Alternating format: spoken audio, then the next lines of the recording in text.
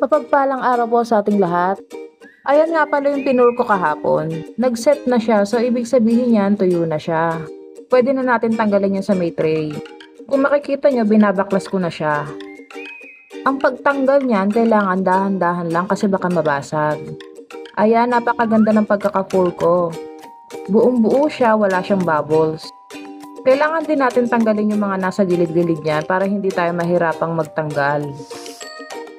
Siyempre, ayan, dahan-dahan sa pagtanggal. Pag hindi mo maangat, ibig sabihin may nakakalat pa dun sa gilid.